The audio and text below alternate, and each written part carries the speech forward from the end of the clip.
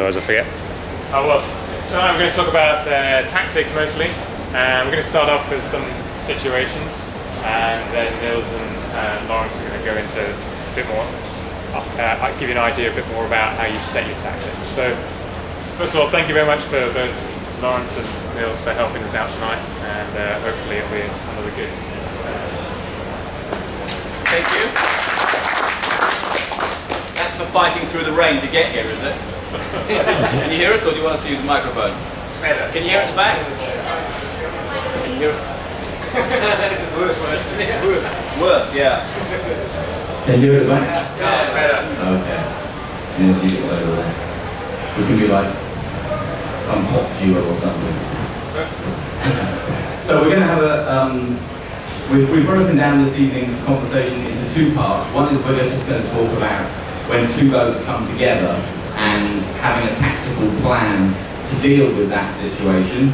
And then we're going to talk about something which we call the pecking order and just general improvement in racing results from understanding that pecking order and doing something about it.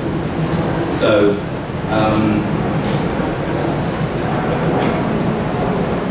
a lot of this evening is going to be about having a plan. So many boats are sailing up the race course, and they're maybe lifted a little bit, or the wind has headed them a little bit, and perhaps they've got a general plan. But this evening's conversation is about what to do in terms of having a specific plan when you see another boat coming. So, in a moment we're just going to talk about the things you need to, the data you need to have so that you can make the right decision. But the point of this is about, for instance, you're a port tack boat, you see a starboard tack boat coming towards you. The question is, do you want to tack before you get to the guy or after him? Ducking a boat or tacking this side of him is a really significant issue, almost no matter what boat you sail unless it's a laser. If you sail a ruffian, it takes a long time to get up to speed. If you sail an Etchells, it's a big long boat, 30 feet, and ducking a boat 30 feet is quite a long way. But the other problem is when you tack to leeward of him, they go the same speed, so that you're going to be trapped there for a considerable period of time. So unless you're sailing a laser, you really need to have a plan about which side of the racecourse you want and how you will deal with obstructions as they occur.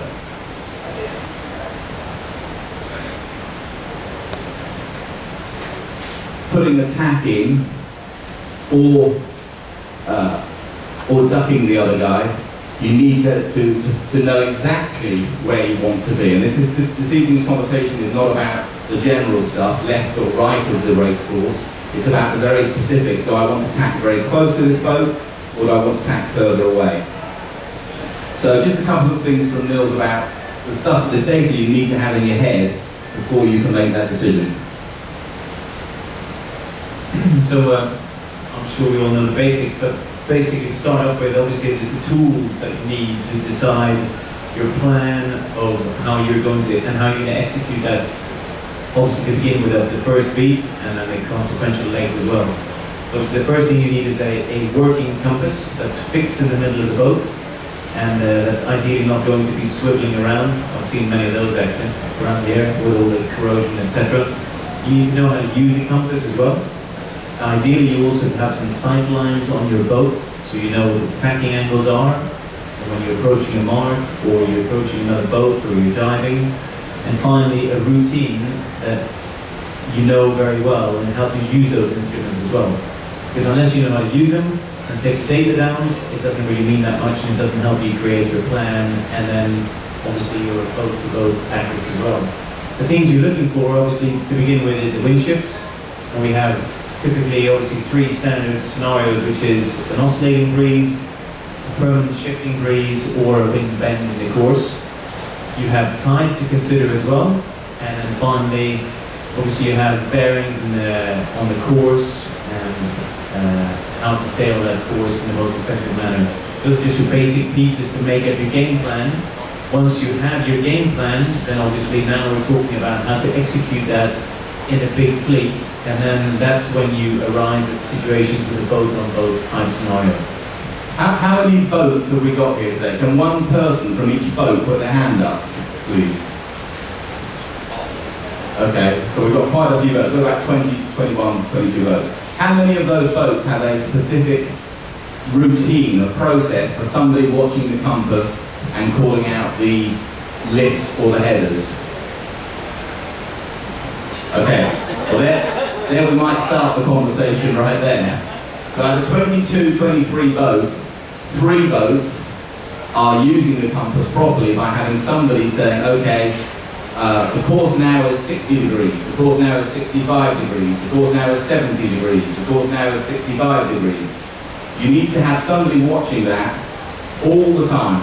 Somebody needs to be a dedicated, call that number person, and then you need, ideally, a different person, ideally, or possibly the same person, to put it into the head and figure out what to do with it. Is it worth running through some of that now? Yep. I think it is, yep. We've got this whiteboard too. So we have a compass in the boat that now we know is in the middle and it's fixed.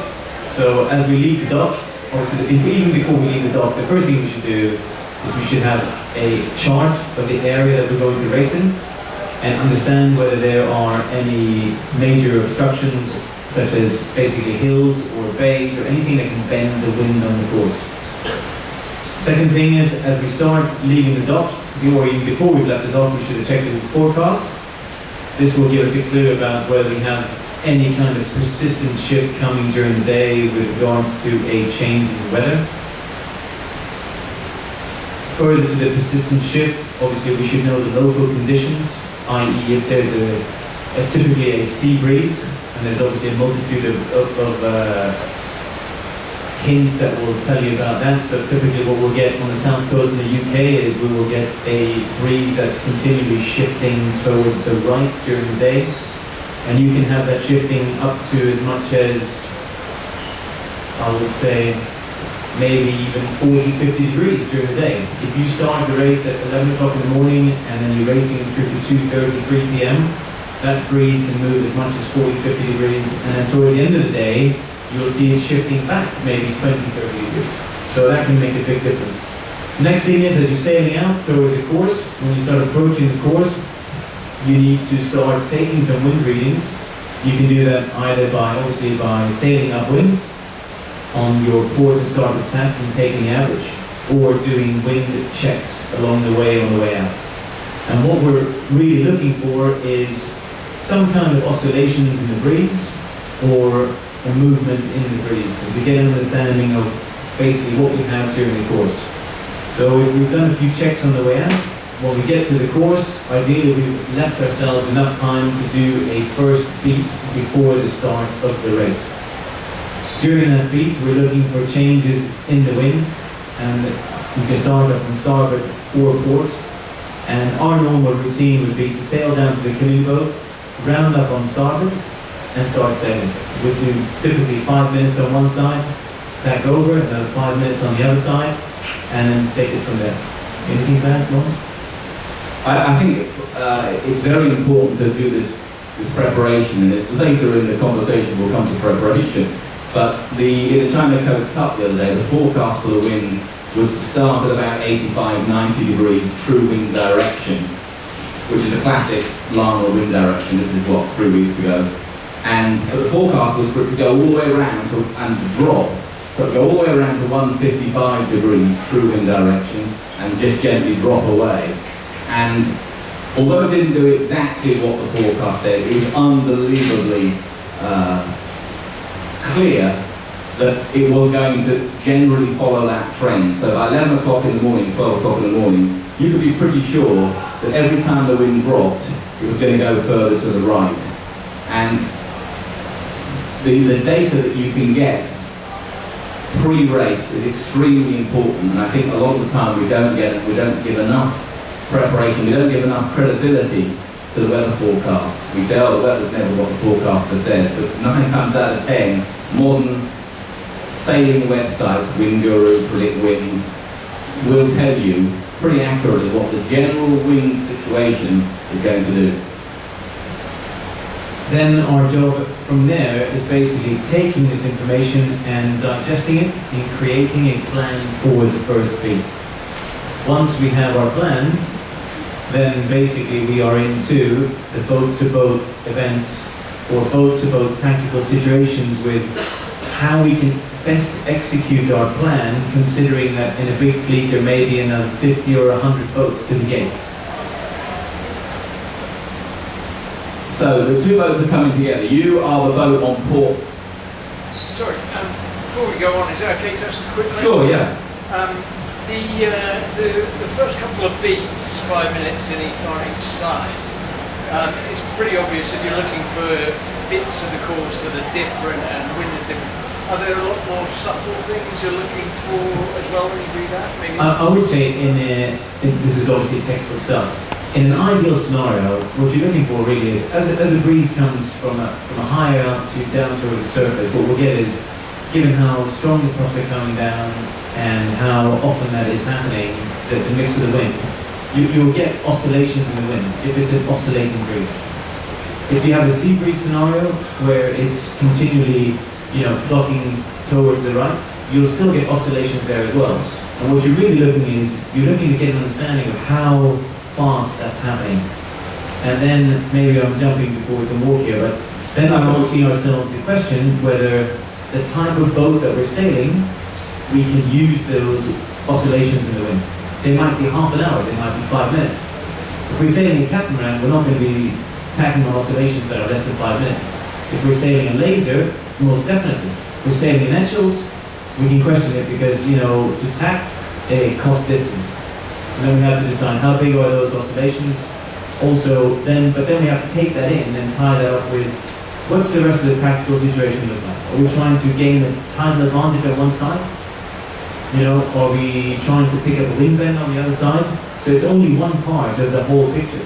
But we're looking for, how does the wind feel and typically what are the time it takes for that to swing. And again, now I'm probably jumping ahead a little bit, but you'll get to the start and you'll be asking yourself, are we in a right phase or a left phase? Can I just interrupt you? We get two different wind scenarios on the race from the start line here to Hong Kong. If you start at Hong Kong, it's different. But if you start in front of the club, you've actually got an oscillating wind until you get to North Point. And as you get to North Point, because of that big, huge headland and all those flats, the wind absolutely does just bend around it. So here, you've definitely got a wind bend. It's not always there, but 9 times out of 10, there is a wind bend. Down here, you've got that situation massively in Hong Kong Harbour, with two air streams coming together, colliding, mixing up. So pre-start, you want to sail along and say, okay, on this heading, my compass says 80 degrees. So keep sailing, and as the wind shifts round to this side, your compass will turn around and say, Laurence going to tell me if it's 70 or 80, that's 70 this way. Because you've been lifted up by the wind. You want, ideally in a perfect world, you want to know how long that period of time is. But at least if you know that the highest number on this side is 70, and when you get headed back, the wind has gone to here, it's gone to, let's say, 100 for easy differentiation. Your lowest number, your highest number, your highest lifted number is that, and your lowest number, your headed number is that. It gives you a pretty good idea when you look at that compass in the instant. Am I on a header away from the mark, or am I on a lift up to the mark? And having that data, and as Nils said, ideally that time between shifts is critical. It does take quite a bit of time to get it. I mean, sorry, related question. You said 11. Is it 5 minutes or 30 minutes? They're doing 5 minutes and 5 minutes. They're not going to know if it's 30 minutes. That's why you got to start way before you get to the course. So you should do a full beat before You should, in an ideal world, you should start taking samples on the way out to the race course, and that will be at least an hour before the start. Then you get to the start boat, and you should have enough time to sail the first beat.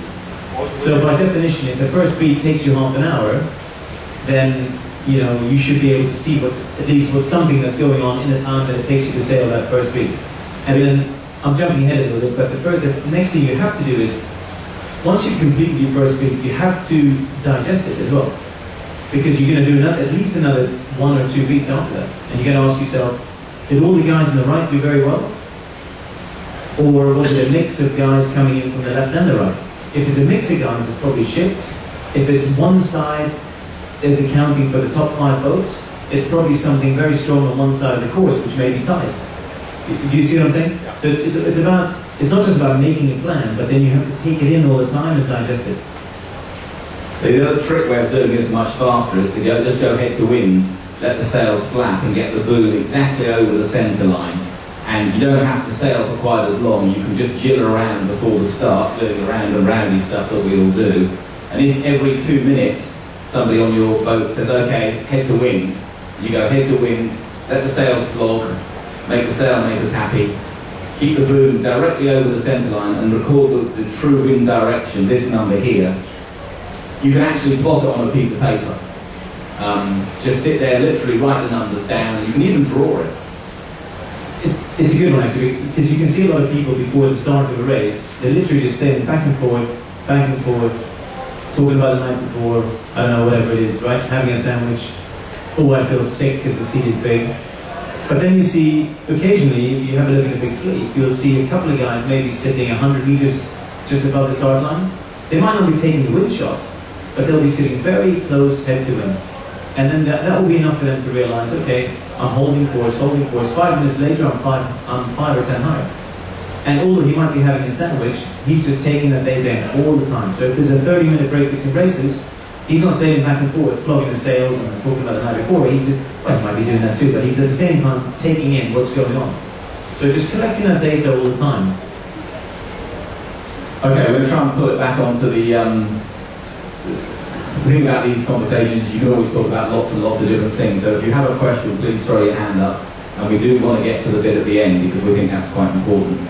So you've got all that data, now you've got the question, is the shift working in his favour or yours? You're the port tack boat, you're approaching a guy on starboard. Who's on the lifted tack, you or him? If he's on the lifted tack, you obviously want to be on that tack.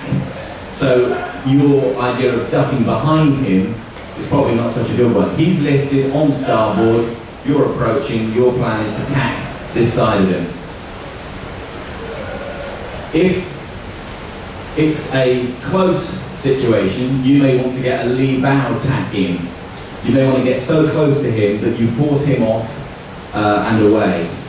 If it's a big course, and it's early in the first beat in particular, you probably don't want to fight with him. You probably want to just let him go, but put your tack in nice and early so that your options tactically stay open. Just in terms of putting your boats together, he's the guy on starboard, you're coming in on port. If you choose to tack down here somewhere, you can always tack back and duck him, or you can wait and see what happens. But if you choose to go right in here, try and get your tack in, you're obviously completely boxed in by him, and if you don't make a perfect lee bow tack, you may find that not only are you boxed in, but you can't force him away because he's got enough free air to survive. So that's a higher risk option than just tacking to leeward. Of course, we have to consider the cost of tacking as well. You know, how much does your boat slow down? Are you going to be able to put a tack in and speed up without him running you over? And that confidence obviously comes down to boat handling as well. If you're going to duck, if you're going to bear away behind this guy, if your choice is, okay, actually he's on a headed tack, he's sailing a less efficient angle than I am, I want to carry on here, it's not too big to bear away behind him. Even doing that requires, you know, good interaction between the crew in terms of easing the sails, the helmsman bearing away.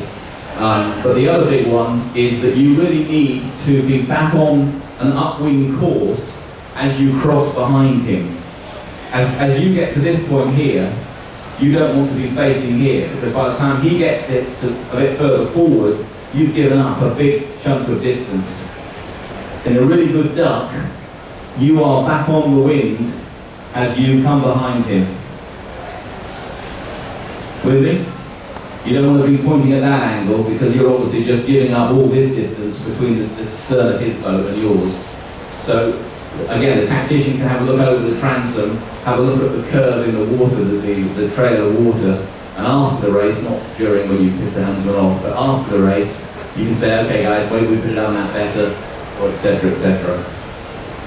I'm going to ask Nils to talk about this big picture thing about ducking in a big fleet, because sailing in a big fleet is different to our usual sailing. But if you go to Lama, this world champions almost never duck thing definitely comes into play. I think you'll find that often people will very much hang on to their position with what they're trying to do for quite a long time. And as Laurence has specified here, unless somebody is really, really desperate to get to the other side, very rarely will you see somebody at the front of the fleet take a duck. And the mathematics are very simple. You get to a windward mark at a World Championships with 80 or 100 boats, and you'll find the first 25 boats are overlapped. So if you're going to, let's say you're half a length ahead coming along a port, you're going to give away 45 feet effectively when you get to the windward mark. That's 1.5 boats. That could be the difference between going around in the top 3 or going around the 10th. And once you're in 10th, and you've done the mark rounding as well, your race is very different than if you can get around in the top 3 and make a getaway from the fleet. So rarely will someone spend the distance to do the duck unless they are very, very confident that they want to get to the right side. We had a race at the actual World Championships in Dublin a few years ago where I started very close to John Bertrand, who went on to win he won the America's Cup and he went on to win the regatta.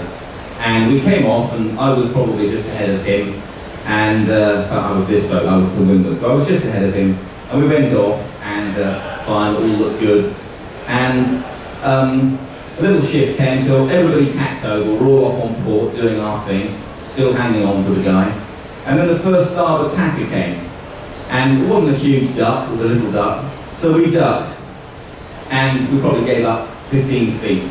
Bertrand didn't, he came in and tacked, and off he went.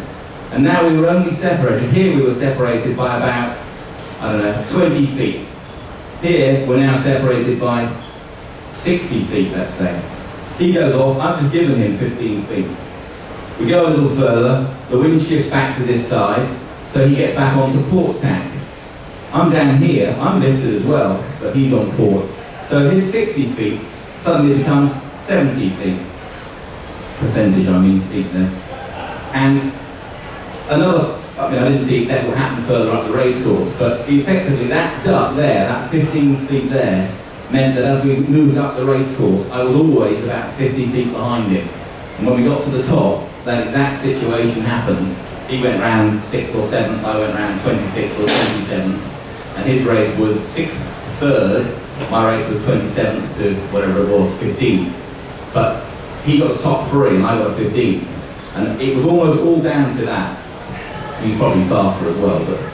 I think, I would imagine, he probably also, being on top of his numbers, was coming across there and say, okay, we're on, maybe he was 5 down, which is not enough to tack, you know, with regards to protecting the left, but he probably says we're 5 down, so we can afford to tack here and take that over. In this situation, yeah, he was more on top of whether he was lifted or headed relative to me. I thought, okay, fine, we're in a decent angle, I'll stay with this angle. He said, no, I think on balance, we're down a bit, I will take a tack. And there's those subtleties that make a big difference. Right, we're going to try and skip through this a little faster now.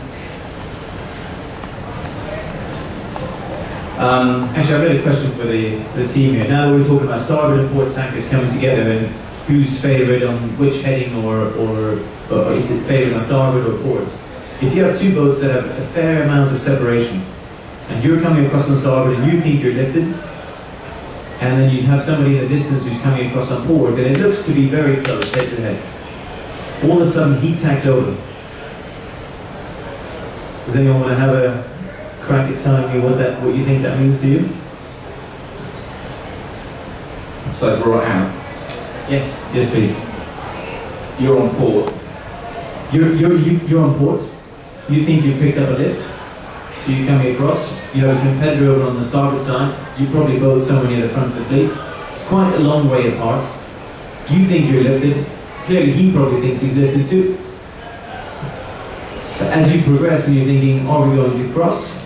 He all of a sudden tacks over. Is that in your favor? Does that make you feel more confident or less confident? Anyone? To me, and Laurence might be able to correct me, that would be a very big boost in your decision-making process, because you're coming across thinking you've got a high number on port. If he thinks he's got a high number, he'll probably keep coming towards you. If you have a fair amount of separation, all of a sudden he tacks over. All that's telling me is that he is now seeing a down number. He doesn't want to sail a down number, and he's had to tack underneath you, and effectively, you know, now he sees the lift that you're seeing as well. So that should make you feel a lot stronger. Plus he's just put in an extra tack as well. He's effectively proving the point that you're on a lifted tack. He's saying, I don't quite like this. This guy looks like he's doing better than me. My compass is telling me that I'm being headed slightly. The safe thing to do for him is tack. 9 times out of 10 in a club race, this person will go on and try and pull starboard on this guy. But actually, that's a mistake. He's not your competition. The competition is the wind. It's the wind or the fleet. The first competition is the breeze. But you know, are you lifted or headed? If he tacks under you, you can be pretty damn sure that you are lifted on this tack. So next. Yeah, lane closures. We should spend a couple of minutes on this, because that really is a very, very big issue. Nils Razmilovic. Shall I start that one? So, in the big fleet, starting from the beginning, you want to start, you line up, and eventually you'll have some guys who tack over to port. Now the fleet is spreading out a little bit more, and what you will find is that your race, or where you're able to tack in clear breeze and sail fast, is now dictated to where you can find more clear wind.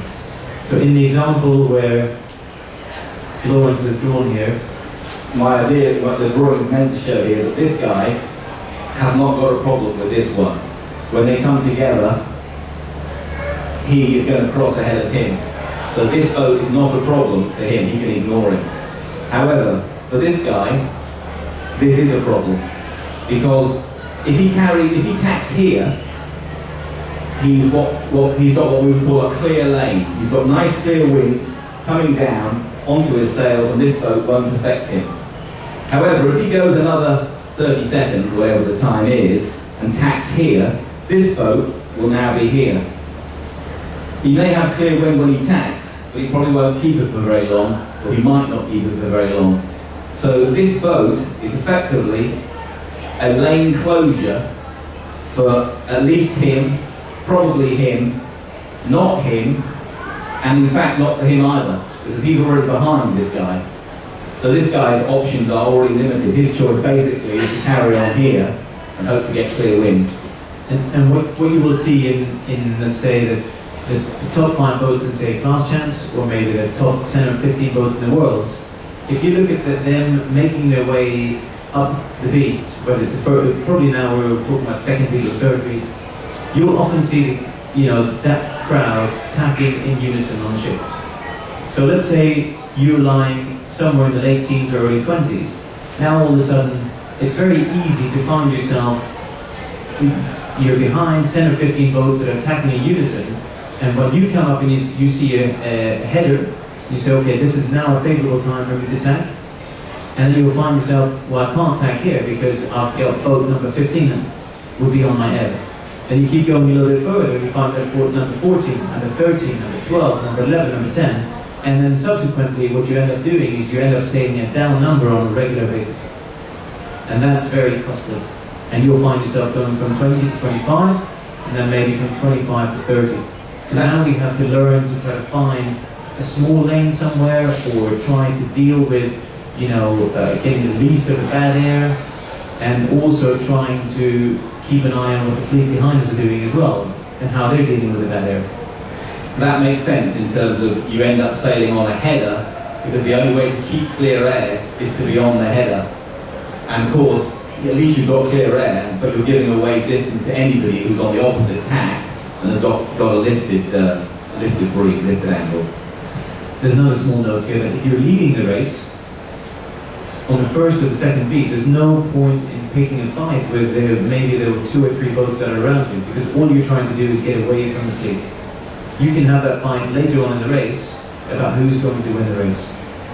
Early stages of the race, you're just trying to get away from that big pack, so you can be one of the 5 boats or 10 boats who are sailing. You're making your own choices with regards to the ships. I think that's a super important point. The difference between people who win regattas and people who might win the odd race. People who win regattas come round the windward mark, put the spinnaker up, and the first thing they do is ignore the boats around them if they're in the front 3 or 4 and just try and get away. And in the actuals it happens all the time. If you come round the windward mark, unless you specifically want to beat the other guy, or you specifically need to beat him because it's near the end of the regatta, just ignore the bloke ahead. Don't even try to overtake him. He is definitely not your competition. He's ahead of you. It's all the buggers behind you need to worry about. Just get away from them. And in a club fleet, you see so many people, when it comes on to pecking order in a minute, you see so many people picking a fight with the boat near them instead of trying to sail the race and the wind and, as Nils said earlier, the fleet. Any questions on lane closures? Yeah, one question. So, if you have a choice between sort of tacking where you're going to get dirty wind or blocked wind and get it top, continuing on course you are on. What's the right choice? Okay, let's a couple of things to consider there. You're about to find out how complicated sailing is now. The first thing is, you need to learn to sail your boat on a VMG course and on a high course. Does that mean anything to anyone here, or do we all understand that? Very simple. Probably the fastest way to sail your boat is a little bit lower than you are still able to effectively sail your boat. So you will come off the start line and everybody will be pinching, still making good speed, but probably not the fastest. If you bear away, say 3 or 5 degrees, you'll probably find yourself net by the time you get to the windward mark, you're actually sailing faster. But you can't do that off the start line because there's another 20 boats or 50 boats or whatever it is. So you have to learn to have different gears or different modes when you're sailing. So typically off the start line, you have to be able to have that fast mode, and very crucial for the guy driving the boat that he has a good feel, because you can fall out of the groove very easily when you're trying to pinch. You know, and all of a sudden the keel stops working and you just start going backwards and nobody knows why, and then the temptation is to cheat on a bit more and then it just compounds and gets horrible. Right? But you've got to have those tools, and those tools will also help you when you're further back in the fleet to say, okay, you know what? I had a guy come along here, you know, he's tacked here and I'm back here, and his wind shadow is possibly affecting me a little bit. So you know what? I'm going to spend the next 2 minutes and I'm going to go into my high mode. And I'm just going to try to slide up a little bit on, and then I'm going to get back to my VMG so I can hang on to him for the next windward mark. Rather than, oh, I've got a tack. Then you tack over and you can possibly be in another boat in another position. So learning those 2 modes can help you just to position yourself without possibly tacking or making the best out of a bad situation. The next thing is you just got to look at the lane closures. If your oscillations are, you were asking about the oscillations before, they're 5 or 10 minutes, and you think it's going to take you 5 minutes on a down number to sail to clear air, you can't afford to do that. Because then you're going to have to sail a whole down phase, and that's going to cost you. Then you have to try to find the best of the bunch. So think about, typically, the wind shadow is probably between 5 and 10 mast heights downwind, approximately, of the guy who's ahead of you. So you've got to try to pick a small window somewhere where it looks okay and make the best of it. Then you're obviously keeping an eye on the competition behind you and see what they're doing as well. And then what's your best mode of attack? I mean, there's a few different things. I hope I've answered that somewhat. This is partly the same point actually about staying in the right phase of the wind, even if it's painful. So often the helm's so often you'll be in a situation where, I've just swapped these boats over, these are now 2 separate boats, let's say that they're both sailing on the lifted tack. They're both on a 15-degree wind shift to the right, and they're both definitely on the lifted tack. To be this helmsman is horrible. You're looking at this boat, you're going slower than this boat. You know, you've got dirty air, you've got dirty wake, the crew are all, you know, can see that you're losing distance. It's just a miserable existence. But there are times, and 15 degrees lift is one of them, when you just almost have to switch your brain off and live there as long as you possibly can. It doesn't matter that he's killing you. If you tack off a 15-degree wind shift, you're just giving up way too much. Until you absolutely fall into his deep doo-doo there, you want to hang on and hang on and hang on. And if you're the tactician, you just have to say to the helmsman, I know it's painful, just stay here as long as you can. Talking about Dublin Worlds, I had exactly that experience. And it was only one boat. And basically, we a small lapse in concentration. And in the end, we chose to tack out rather than try to live with it. And the boat that came and tacked in front of us finished second in the race, and I think we finished 20th. And that, at the end, I will talk about it a little bit later on, but at the end of the day, maybe that seems like that's only one race. But you know what, at the end, what you will find often is that it's your worst races that will, in the end, dictate your position in the regatta. So it is, you have to never lose focus and keep trying all the time. Does that make sense? Maybe, no? Maybe we should all get a drink for it. Yeah. Well, we'll do this one quickly. Slow up and win, never round on the outside. I think this one, everyone knows it or is aware of it. You're all coming down with the spinnaker. This one's rather close with this mark, but you want to go around the mark this way. If you are an outside boat here, you've got two choices. One is, that mark's a bit out of position, apologies. You've got two choices. One is, everybody goes around, doesn't look that good. The other is just absolutely take the spinnaker down early, sail out here and get a bit of separation, let these two go round, and that one will end up there. And you're better off to come in and just be right here with a modicum of clean air. You won't have very much, but you at least have something in the way of clean air. Next thing on my brands, we'll make this fast because we're running out of time, aren't we? We are. When you round the mark, does someone offer up some advice on what the right thing is to do? Okay, here we go. Depends whether I'm winning or not. Wind's coming here. Whether you're behind me or not.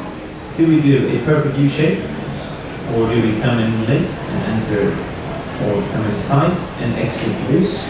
Or do we come in and exit like this? The last one, very good. How do we achieve the last one? By making sure that once we round the mark, we're pretty much, first of all, we have the kite down, very important. Crew members are aware, trimming. Don't sheet on your sails too early. In this position here, you often see people in the bow that just jam on the jib and they think, yeah, boss, it's all done, it's okay. No, it's not okay because we're still sailing downhill. And the boat stops and we get here and it doesn't move anymore. So make sure you're constantly trimming the sails for maximum speed all the way around. And you'll find, as Laurence says, if you're on the outside boat, if you just slow down and put yourself here, then you go around and you do a nice rounding coming in tight at the exit, you'll probably end up inside both of those boats and ahead of them within 50 yards. Anybody from Free Fire here tonight? Come on back and put your hand up. There's a great picture in this month's Ahoy magazine of Free Fire doing a spinnaker drop at the leeward mark in the China coast a couple of weeks ago. And they are absolutely in this situation. The spinnaker's coming down, the main is bang in the middle, and the jib is 90% pulled in, and they're still coming down to this position here. Naughty, naughty. Naughty, naughty, Peter Back. Peter? So just keep your wits about you as He's always. not laughing though, we are. I know that. But basically, the base, and we'll come back to it a little bit later on, but the basics are so important in making what I would call just cheap games. And even if that means you got to take your spinnaker down, like, you know, a few yards earlier on and have a clean rounding, that's a very nice way to do it. We're going to skip a few of the other tactical things we put together. They'll end up on the website because Richard always does a great job of following up, putting everything on the website. And we're just going to quickly skip to Nils. You got anything else you want to say? No, it's good. On that, we're going to quickly anything from the crowd. Anything from the crowd on two boat situations that you want to talk about? Any way you always lose places and it's always frustrating? Okay. This is not necessarily two boats, but I'll give you one. Well, now that we're talking about the tactical situation and how we deal with boat to boat. The classical scenario is we make a great plan. We execute it up the first beat. We are somewhere near the top of the pack. We arrive at the first mark, and then it's pandemonium. What happens is we're all thinking about putting the spinnaker up, rounding the mark, getting stuff going, and all the rest of it, and we've just lost focus on what the game plan is. But really, as we're approaching the windward mark, we have to ask ourselves, right, are we on a lifted number or on a headed number? What does that mean for as soon as we start going downhill, should we be extending on starboard, or should we be looking for the jibe out early? And this is the whole point of the continuing tactical discussion that's got to go on through the whole race. So as we're approaching the windward mark, Laurence is kind of drawing the picture for me. We're saying, okay, I am high on starboard. Actually, I was going to say you get lifted. This is 10 boat lengths out. You get a lift. So as you actually approach the mark, the wind has gone round and you are lifted by 10 degrees. Now we're lifted at the windward mark. Should we hoist and extend out to the left-hand side of the course, or should we be looking for the early jibe? Anyone in the crowd? Come on guys, work with us here. We are looking for the jibe. Okay, excellent. So as we're coming around the mark, and maybe we have another 2 or 3 boats around us, we also have to make sure we don't get anyone underneath us, because that means that all of a sudden we are boxed in and we cannot jibe over. So now all of a sudden we're tying our tactical thinking in with the boat-on-boat maneuvering. So now as we come around the windward mark, we need a sharp bearway, not allowing anyone to get on the inside of us, so that we can hoist our kite, settle down for 2 to 3 boat lengths while the bowman's getting the jib down and getting his stuff generally ready, at which point we say jibing over, and we slide into a jibe, and hopefully we can extend away on what's now the favourite number.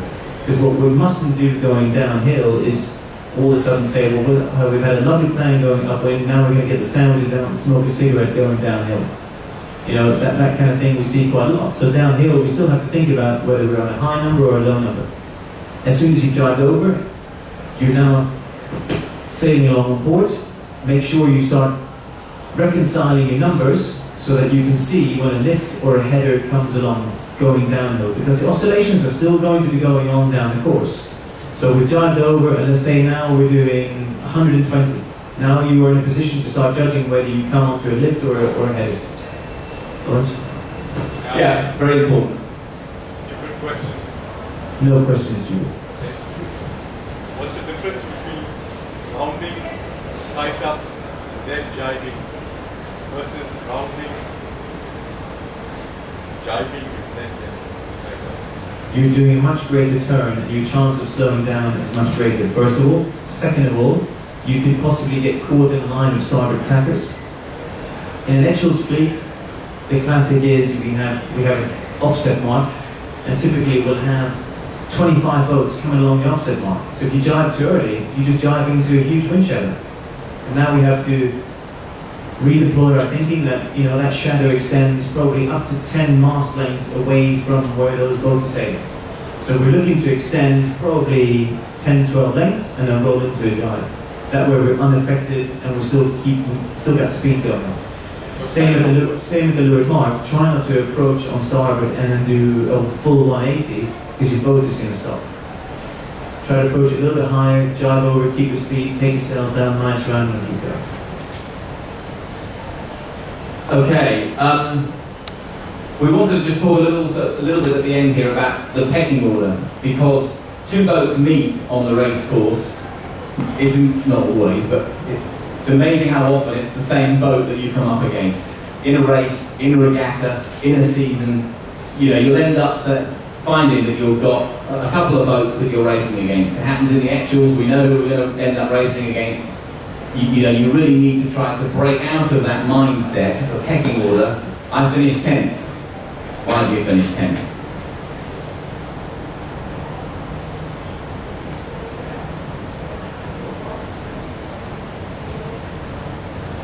how world champions are world champions, Hong Kong class champions are Hong Kong champions, and we are where we are. It isn't actually like that. If you want to win something, you can win it. You just have to figure out what you want to win and how much effort you're prepared to put into achieving that goal. So, how many people want to win next Saturday afternoon's Royal Hong Kong Yacht Club race? Who wants to win a class champs? Surely that's going to be everybody. So, what are we doing to... How about World Championships? No? Surely that one comes at the top, doesn't it, Laurence? What's that, World Championship? The World Championships. Yeah, it does, you're right. You're right. The trick is to identifying the weaknesses in your campaign. Two boat coming together between boats on the race course, port, starboard, leeward marks, all that stuff, may be part of it. Almost certainly is part of it for a lot of people. But there are other reasons as well. And actually, figuring out what those reasons are for your specific boat, your specific campaign, is probably the single most valuable thing you could do between now and Saturday. A nice way to do it is to get a list of 10 things off Laurence and then grade yourself. Stick it from a number from 1 to 10 and you'll quickly figure out where you should focus most of your time. Because one fact is you will never be able to get all the big groups of what we're trying to work on. You'll never be able to get all of them to a full 10. So you need to identify where do I need to spend my time and effort working out on what I'm going to do. How am I going to spend my time the most? Some guys are continually fiddling on their boats. I'm guilty. I am mental when it comes to fiddling. Ask Laurence. You'll find me down the boat park. Not as bad as your brother. Oh, true. But, I don't necessarily need to do any more work to the boat, but maybe we need to work on something else. So get your list of 10 things, grade yourself, and then pick it 2 months, 3 months later, and ask yourself, have I improved on all these things? How's that working out for me? And it doesn't need to be mega serious or a professional campaign, because I think that the reason why most of you are sitting here tonight is because you enjoy the spirit of the competition. You probably enjoy doing well, going out and racing on a Saturday afternoon, and that's a beautiful thing. Our sport is a wonderful sport. It doesn't mean that you can't advance or that you should stay where you are or whatever it is. As Laurence says, there is no pecking order. The only pecking order is in your mind. So, absolutely. So we'll give you the list afterwards. I've got a long list of weaknesses. So we did this little email exchange and we tried to identify some of the things that we know we're bad at, and in a minute we're going to ask you to put your hands up and identify what you're worst at. And we're going to start over there with the downs. So start thinking, Suzanne. So one of my 3 things is I don't put enough effort in before a regatta. I once turned up on an actual Worlds, and in my defence, I was only late turning up because I'd been sailing at another regatta for 10 days before that. So it was some weak excuse, but it was a weak excuse. I went out and I found that when I got out to the race course for the first race of the actual World Championship, I'd forgotten to bring the rig tuning tools. So I couldn't tighten the rig or loosen the rig. And as the wind was going from 5 knots to 25 knots at the time, it was an extremely bad day. Bad preparation. Bad preparation. I can start a boat pretty well. I get off the start line, I'm in the first 2 or 3, I get a wind shift, I'm winning. And I think, oh great, I can relax now, that race is over, no problem at all. 5 minutes later, every other bugger out there is chipping away at the lead and I start thinking, oh, okay, I definitely celebrated too early there. So definitely a weakness of mine is my mindset in terms of over-congratulating myself way too early in the process. And then for sure, a problem for me is not fast enough in winds over 16 knots. Very quick in light, okay in moderate, and against the best guys get blown away in a breeze. And I've had that problem for 3 or 4 years, 5 years, and I've got better at it, but I haven't solved it. And if I want to be any better in the World Championship, I need to solve that problem. So what can you do about that, Laurence? Ask your brother, he's fast. Go out and practice. Go out and train, find the guys who are best at sailing in the heavy air, and go out and sail against them in the heavy air. That's the only thing you have to do. To address number one is all about routine. Do not forget your tools. Have a little bag that you bring of essential tools on the boat every time when you leave the dock. Nothing more, nothing less, just the bits that you need. just lists, routine, and the routine extends to collecting the numbers when you're talking about your tactical situation. It comes when you talk about starting.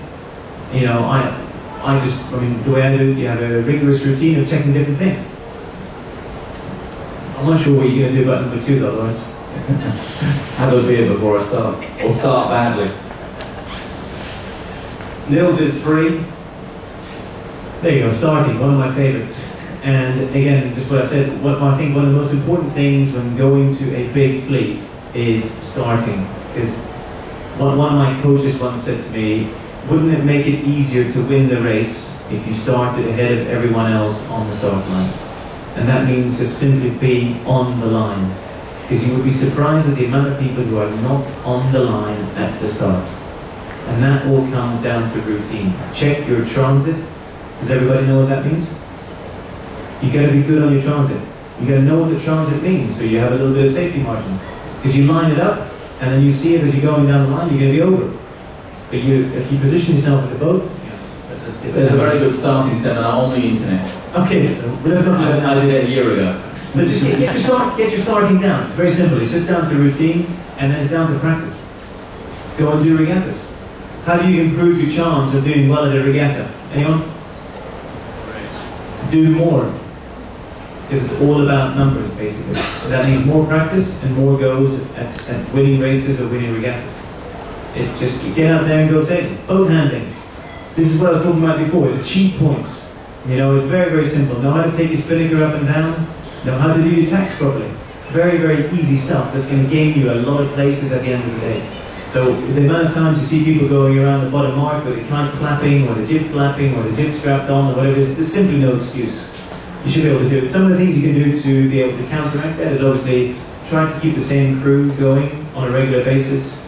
Make sure people know what they're doing in terms of those maneuvers, and just go out and maybe do 1 or 2 practice tacks or jives before every race. You don't have to spend days on end out there tacking and jiving and sailing. Just a little bit of practice before every race, and then slowly you'll get better. Having a solid tactical plan and start. What I really mean here is just, I think we've spoken a lot about it already tonight. It's just about having a plan that's evolving through the race and that you carry on around your mark roundings, around the downwind, and you keep collecting the information and making judgments. End of. Right, we're not going to do questions. We're going to try and come up with a list of we've got 10 more minutes.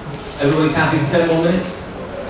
We'll just quickly run through 3 or 4 victims who are prepared to put their list up on the whiteboard. What are your weaknesses? I think is what you meant to ask. Sorry, Zed? What are your weaknesses? That's exactly the question. Suzanne, you were first, I think. Going high and fast during the heat. So, as in speed is a problem. Yeah. Try and You're just not fast enough. Yeah. Well, upwind? Or not high enough. Not so point. I can't point with good enough speed. Okay. And that's okay. That's my opinion. Can I take the basic version of that, Laurence? Yep. Typically, in a keelboat, people look at pointing and speed. They start sailing upwind and they go, oh, I've got a problem here, let's cheat on it. And really, it's a bit counterintuitive. What you need to do is you need to start easing the sheets until you find yourself going as fast as the other guy. And then slowly, well, first of all, let yourself build speed, because in any, are we talking about keelboats, Suzanne? Right. The thing is keelboat. So the thing is, you take something like an inches. You know, it's going to take you at least 20 or 30 seconds to get up to max speed. Only when we're sailing loose and free for 20 or 30 seconds are we going to have the keel working at max efficiency. And then you will see, it's almost like magic. You'll see yourself sailing 3-4 degrees lower than the other guy, and all of a sudden you begin to kind of come up around the front of it. Then you start slowly sheeting your sails on until you feel that that's about all you can handle. That's sort of the feel of it. I would say there's no hard and fast rules, but the one thing I always say, a classic thing of Nils is it's so easy to overshoot. You look at the mainsail, the streamers will still be streaming, and you are dog slow. Or if you have a guy in the helm who just sticks it up all the time, he looks great, he's trying to split the anthem going head to wind, but he's just not going forward. You know, remember, you got to sail, you got to foil up and lower your boat as well, and you have to let it work. So free your sails a little bit, start sailing, try to find the speed, and then slowly bring your sails in so you feel your way that you can get up to a reasonable pointing mode of some guys. You have to realize that there are people out there who are always going to be sailing higher than you, but they're going to be going slower. But that's not necessarily the fastest way to win the mark. Yeah, that's the reality, is that you can either go high and slow, or you can go low and fast. There is actually no magic bullet where you just go higher and faster than everybody. You get into a little mode for a short time, it might happen, but it's just God's present to you that day. If you go higher into the wind, by definition you will go slower. If you go lower, you will go faster. You just got to find that point where the feel of the water over the rudder feels really good. And as you start to sail more and more and get that feel, that's why it does take time to get used to a different class of boat. You've got to get that feel of the water over the rudder, and you just feel like going fast. And then you'll be able to get back into that routine's wrong, but into that mode again quickly. In actual... Can I just check my understanding of what you said? It sounded like almost you can't point high and go fast unless you get the speed first. Absolutely, bingo. So you come in attack, you should really ease your sheets a little bit. The next thing before you, as you're coming through the attack, because obviously if you're coming through the attack, you actually want to pull it on to help you up a little bit. But in actuals, if you're looking at the, are you saying actuals? 15 is okay. Maybe slightly different, I don't know, I don't sail 15, but in actuals, if you look at the width of the console, if you pull in the tiller, if you have so much pressure in your tiller that you're pulling it outside of the console, you probably need to pull some backstay on or ease a little bit of sheet. If you have E-helm, I mean, classic rocks, you don't have enough sheet on, right? You need to have a little bit of pressure in your tiller, but not so much that it's spinning out all the time. And I would suggest probably the 15. I mean, the shape is very different, but I would imagine it's probably something similar. You're using a lot of bang though as well, is that right?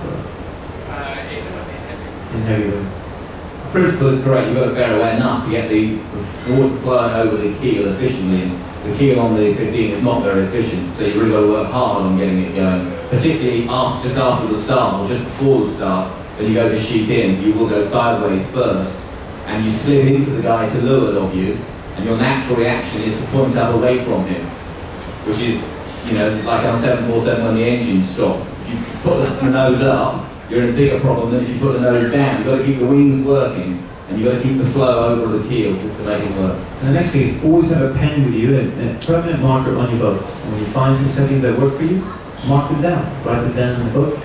Keep your little wet notes on both. Pretty easy stuff, really. And you'll be surprised. I mean, I know a couple of times I've gone to a gig, borrowed a boat, and we've got the pen out, there's no marks. I've drawn some marks on the main sheet or the jib sheet, and I particularly remember one incident. We were in Miami, we came back the next year, borrowed the same boat, and what do you know, it's the same marks are still on there, and the guy's still filling them in, And it's just a familiar place to be. And another time when you need that kind of stuff is, you've been sailing downhill all the time, right? You've sailed your first beat, you've come downhill, you come to the bottom mark, you come around the bottom mark, now everyone wants, as quick as Jack Flash, everyone wants to be fast going upward. But you don't have time to kind of feel your way around it because you need to be quick straight away. If you get your marks on your main sheet, hey, I was 1 foot inside the mark, okay? There you go. Maybe the way to change a little bit, so we need to adjust it, but we've got a quick setting that we can go to straight away that we know is roughly right. Same with changing backstay or everything you need to change. Get your pen out and start marking your boat out, much better. Good news, Suzanne, we're running out of time, so we only have to do one from you. Let's have another suggestion from somebody. Reasons you don't win a race? Working the shifts. Working the shifts? Yeah. Is it always right to work the shifts? No, technically it can be wrong to work the shifts, but let's focus on working the shift. Absolutely. If you come to a windward mark, and sometimes I know you have a big fleet, and you can have a guy, you can have number 1 and number 2 rounding the windward mark, guy coming from extreme left, the guy coming from extreme right. Then absolutely, that's a shift scenario probably. In fact, that's probably the most stable one you'll ever have, because those 2 guys have done the least tax, and they come number 1 and number 2 to the mark. So maybe there's something in there in terms of shift, but you also have to be careful of that persistent shift, or if there's a particular tidal situation that makes one side of the course that much better. I mean, the way to find some solutions would be reading. There's tons of articles in the North Sailors Use series There's a bunch of stuff on the internet that Richard's posted. All the stuff for the last couple of years is still there, right, Richard? Yeah. So there's a bunch of seminars about shift. Read that. The other really good one is post-race debriefing. If you can sit down after the race on your way in and just have a little chit chat and say, okay, what happened on the first beat? What actually happened with the shift? Who was first round? Why were they first round? Why was I 17th round? Think about those shifts post-race makes a big difference. Learn the lessons. And in terms of learning lessons, I would say, you come in from a race, just go and, the guy who won the race, go and tap him on the shoulder and say to him, hey, what did you see out there on the right or the left or whatever it was? Because, you know, most guys, I've rarely found someone who doesn't want to talk to you. Of course, you're always going to come across the old, there we are, number 3. You're always going to say it, but you're absolutely right, ask. Just talk to people, they'll be more than happy to tell you what they're seeing, and so you will be learning from their experience as well. And in some circumstances, you could even ask before the race. We had a strategy last year with the Etchells in England where we said to a couple of new guys who bought boats and joined the fleet, come and talk to us before the race. We'll tell you how to do the rig, tune the rigging, tell you what our tactical plan is, tell you what the tide's going to be doing, because it was in our interest to train them up. I would be less enthusiastic in discussing with Mr. Razmilovic here before the championships, but 9 times out of 10 you're going to tell people before the race what you think is going to happen, because you want everybody in the fleet to be having a good time. One more before we finish, call it quits after that. One more reason somebody thinks they don't win as often as they would like to. Otherwise you've all got to win on Saturday. Because that means you're all faultless. Any more? I think we're done. Excellent. And obviously the fun thing is, I'm always around, Laurence is around. It doesn't have to be tonight. Just any time you want to ask some questions, anybody, I would encourage, find anyone who you think perhaps has a better handle on it, or someone who's beaten you in the race, and go and talk to them. Everybody should be happy to discuss it. Absolutely. Thank you. Thanks.